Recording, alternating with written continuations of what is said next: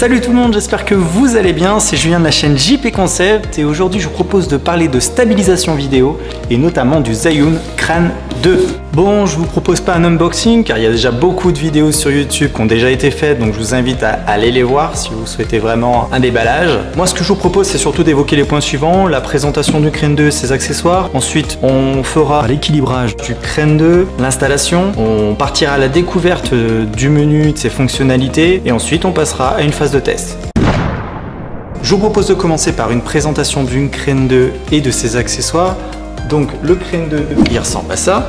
Voilà, je pense que vous avez pu le voir un peu déjà de partout.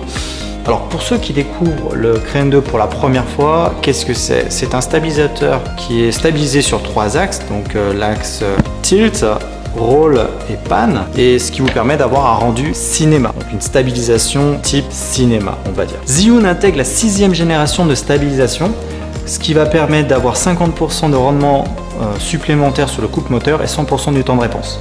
Donc, ce qui veut dire en gros que vous pouvez installer des caméras allant jusqu'à 3,2 kg sur la nacelle et comme les moteurs sont plus puissants, donc vous aurez une stabilisation parfaite avec des appareils plus lourds.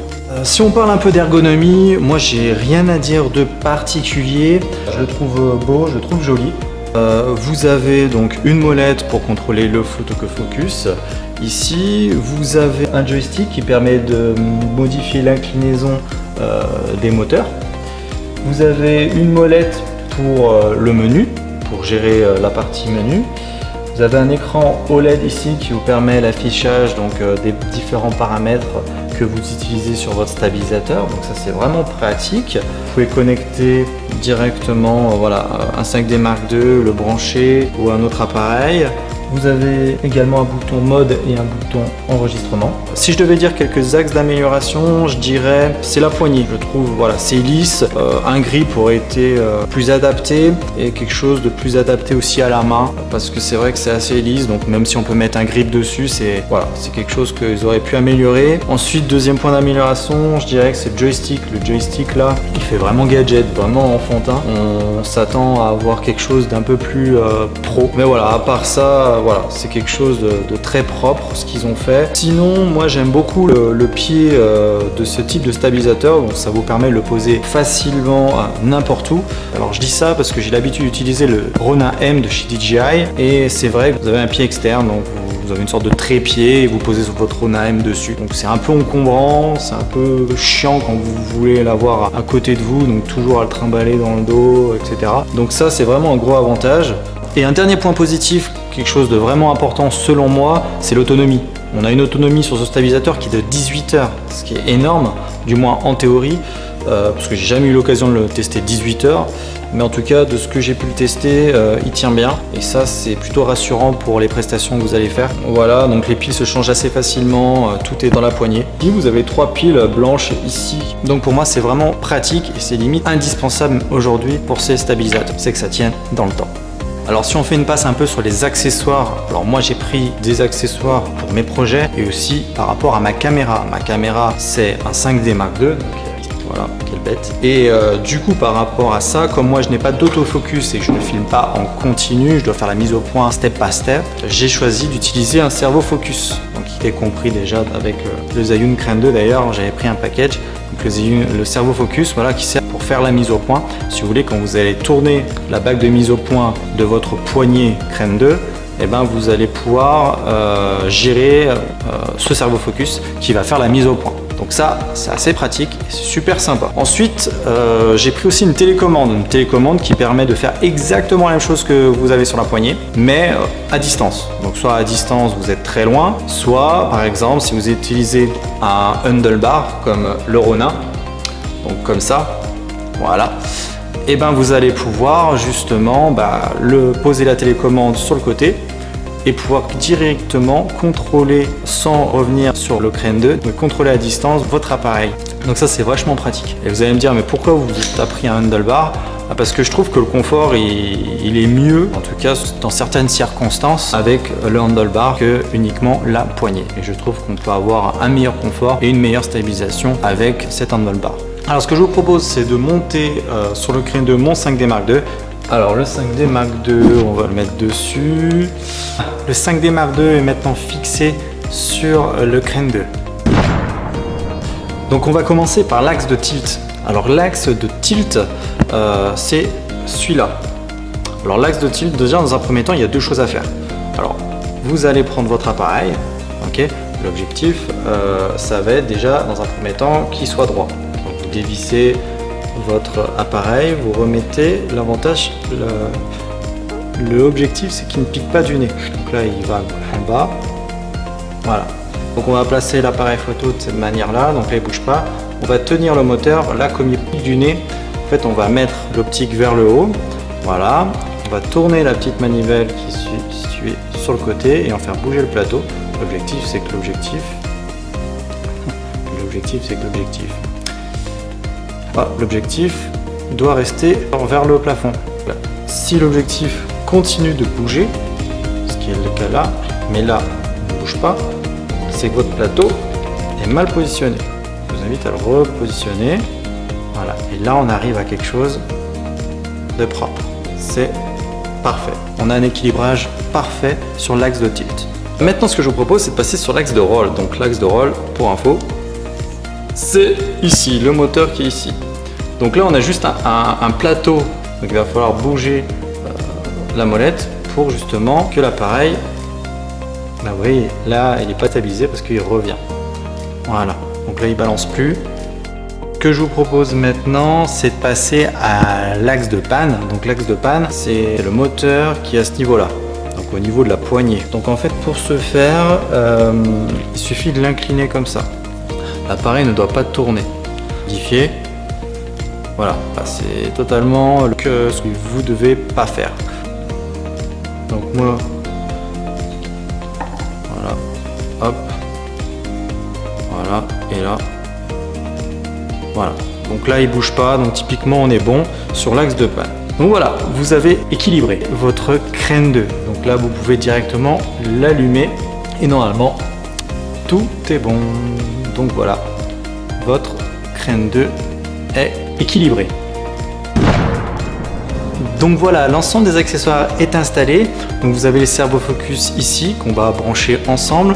Vous avez le handlebar qui est fixé donc à la poignée du Crane 2 et vous avez donc la télécommande qui est ici sur la poignée.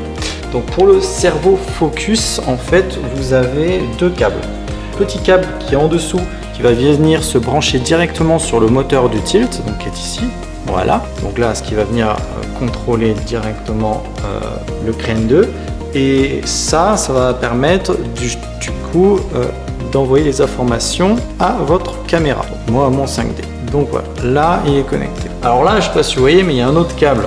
Alors, j'ai mis le modèle ACK E6, donc c'est une batterie que vous pouvez directement brancher sur le Crane 2. Donc c'est vachement bien, pourquoi? Parce que vous allez économiser des batteries. Vous la branchez directement donc ici sur le Crane 2, bam. Et du coup, la batterie du Crane 2 va alimenter votre appareil. Donc voilà, l'ensemble de mes accessoires est maintenant installé. Donc voilà, quand vous mettez sur On, vous pouvez directement régler donc la mise au point. Je sais pas si vous voyez, mais vous avez la bague ici qui tourne. Donc voilà, j'ai installé mon Zhiyun avec l'ensemble des accessoires. Il y a pas mal de choses. L'avantage, c'est que vous pouvez mettre un micro, une lumière, un écran. Donc moi, ça c'est prévu, mais je ne vais pas tout vous installer. Donc voilà ce que ça donne. Moi, ce que je vous propose maintenant, c'est de faire un tour du menu, des paramètres du Crane 2.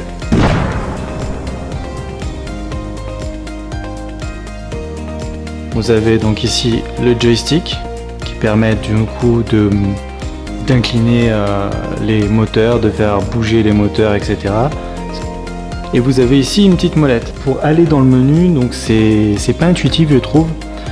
Il va falloir appuyer sur le bas. Si vous allez à gauche, à droite ou en haut, ça ne marche pas, vous voyez rien qui s'affiche. Par contre, si vous descendez en bas, vous allez voir quelque chose qui s'affiche. Motor, caméra, wheel, joystick, calibration, angle, about. Donc voilà, donc je connais pas tout ce qu'il y a dans le menu, mais je connais pas mal de choses. Bon, ce qu'on va faire, c'est qu'on va rentrer déjà dans le premier onglet, donc moteur. Donc vous appuyez sur la droite et là vous avez un choix low, medium, height. Donc en fonction de votre appareil, du poids de votre appareil, il va falloir dire à vos moteurs d'ajuster leur puissance. Moi actuellement ils sont en height, donc ça veut dire que je leur demande la pleine puissance parce que mon 5D Mark II est assez élevé avec une optique 16-35 mm par exemple. Si vous avez un Sony, il y a une grande chance que ça soit en low. Je vous mettrai dans la description un lien qui vous indique quel paramètre mettre. Ensuite vous retournez en arrière, vous allez dans caméra, donc vous choisissez le type de caméra, donc pour moi c'est Canon. Ensuite dans wheel, vous avez la sensibilisation. J'ai mis la sensibilisation en low.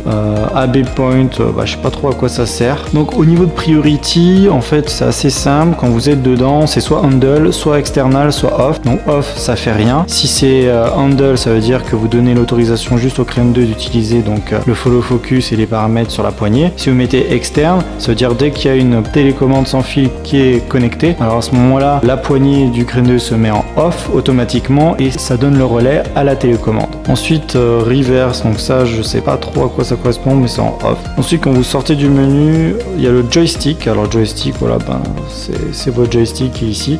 Donc soit vous le faites contrôler dans le sens normal, soit dans le sens inverse. La calibration, alors ça si vous mettez oui, alors je vous montrerai aussi dans la description comment faire. Il faut poser à plat le stabilisateur. Il y a 6 étapes donc il faut faire pour le calibrer correctement. Donc il faut le poser sur le sol, etc. Donc ça je vous montrerai aussi, je vous enverrai un lien dans la description si ça vous intéresse. Angle, pitch roll, ça j'ai jamais modifié donc je pourrais pas vous dire ce que c'est. Et about, c'est uniquement pour dire la version du Crane 2. Donc ensuite le Crane 2 dispose de 3 modes.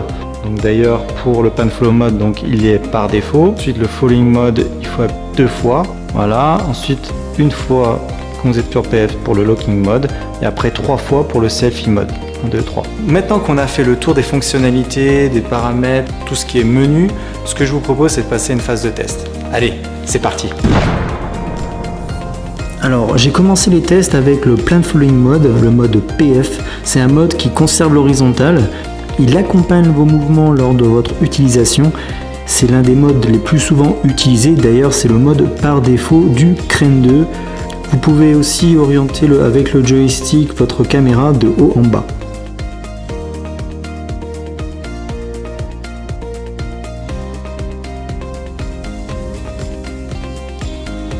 Ensuite vous avez le mode Following Mode. Alors c'est tout simplement un mode qui permet de suivre votre mouvement.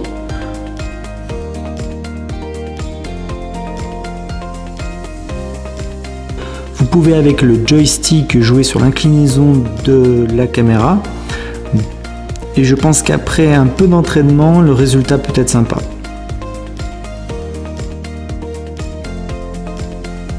Ensuite vous avez le Locking Mode. Alors c'est un mode fixe, la caméra se bloque et reste orientée là où vous lui avez dit de rester bloqué, là où vous l'avez placé au démarrage de ce mode. Vous pouvez avec ce mode déplacer avec la main la nacelle, ce qui n'est pas possible avec les autres modes.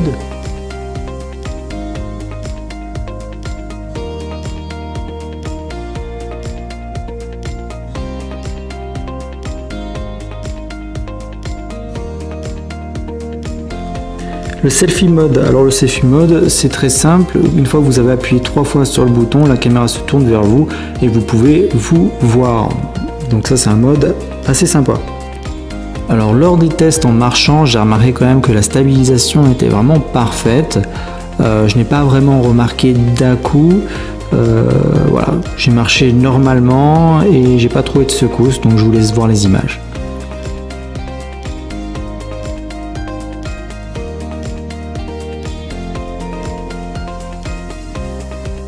En courant, alors c'est toujours une autre histoire et délicat d'avoir un stabilisateur parfait. La stabilisation est correcte, mais loin d'être parfaite. Quand vous sautez, on remarque des petites secousses sur l'appareil. Bref, je vous laisse voir en image.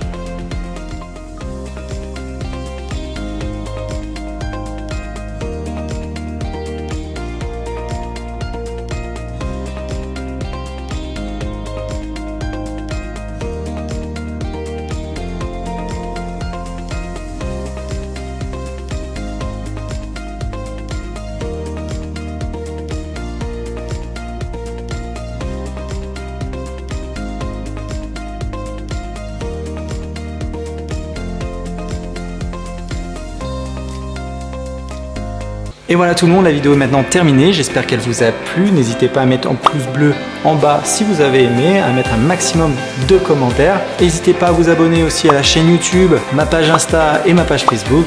Allez, salut!